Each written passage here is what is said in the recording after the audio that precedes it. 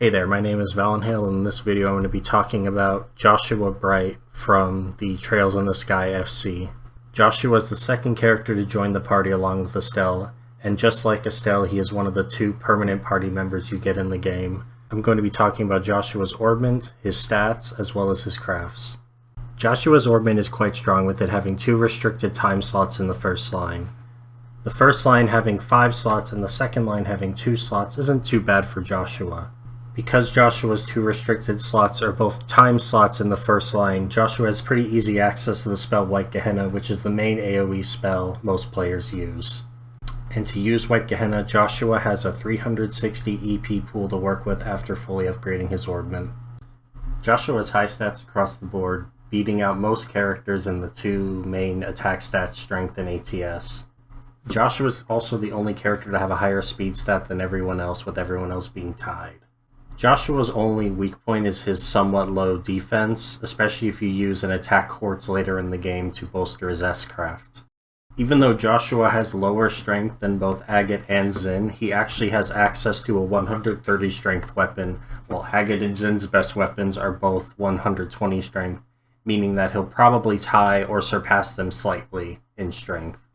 However, getting this weapon means that Estelle can't get the weapon, and Estelle generally makes better use of it because she has to do a fight where winning is optional, but you get bonus BP for doing so.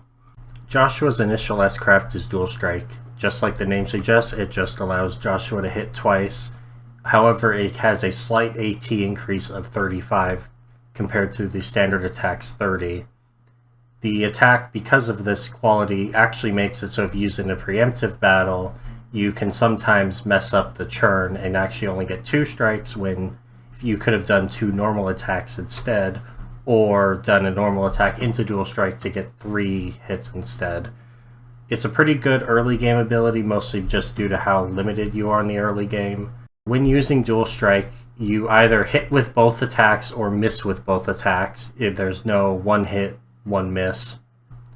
Due to how good some of Joshua's late game crafts are, there's no reason to use Dual Strike in the late game, as he has many better options that are more utility based, and if you really just need to do more damage, you're better off just using a high damage spell.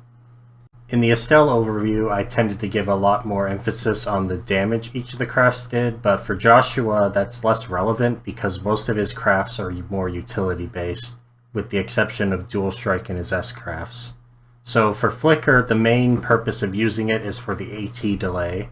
It gives an AT delay of 20, while Joshua doesn't suffer any more AT delay than a basic attack.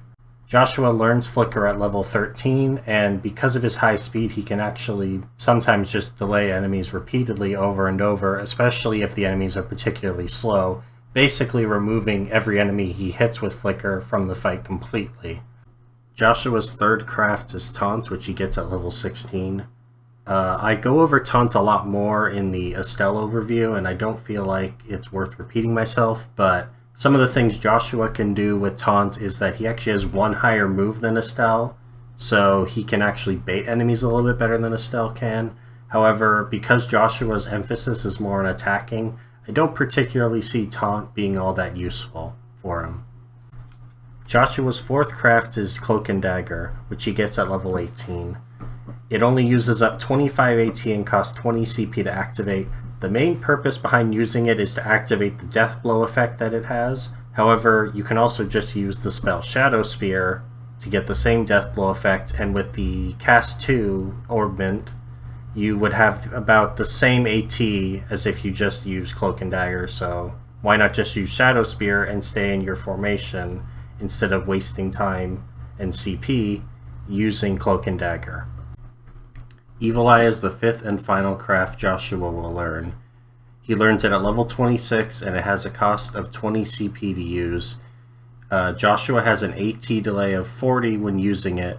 It targets a unit within 8 range and has a 3 tile radius, and all enemies around the main target will get hit, which will inflict some damage and an AT delay of 25. Because it hits in a circle instead of a line, it's more likely to hit more targets and inflicts a little bit more AT delay. It is good, but I'm not sure it's too useful because you get it late into the game, and by the time you get it, you can either wipe most enemies with the spell or just use Joshua's S-Craft to deal with most of the enemies that are left. Joshua's initial S-Craft is Sever, which functions the same as everyone else's single target initial S-Craft. It has a AT delay of 35 when used, it has 40 power. However, one thing I noticed when using it, it has a pretty nasty bug where if you skip and turbo at the same time, you can actually make it do no damage at all. I noticed it more often when turboing and skipping, but it did appear sometimes when I just skipped. So if you're planning on using Sever, I would say just let the animation play through just to be safe, and don't skip it because otherwise you might just do no damage. Joshua's second S-Craft is Black Fang, which he obtains at level 23. It has an AT delay of 40 when used and has 80 power. It will hit all enemies when activated, which is useful for some of the larger chess battles near the end of the game. Overall, because it helps with some of the more difficult fights like the chess battles, it's one of the best S-Crafts in the game.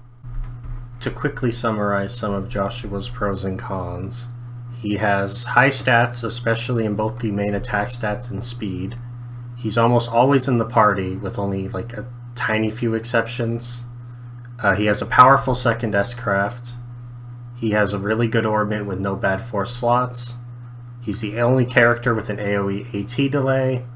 And for his cons, I'd say he has a poor early game, just because he takes a while to learn more of his useful crafts and doesn't have too good of spells to work with.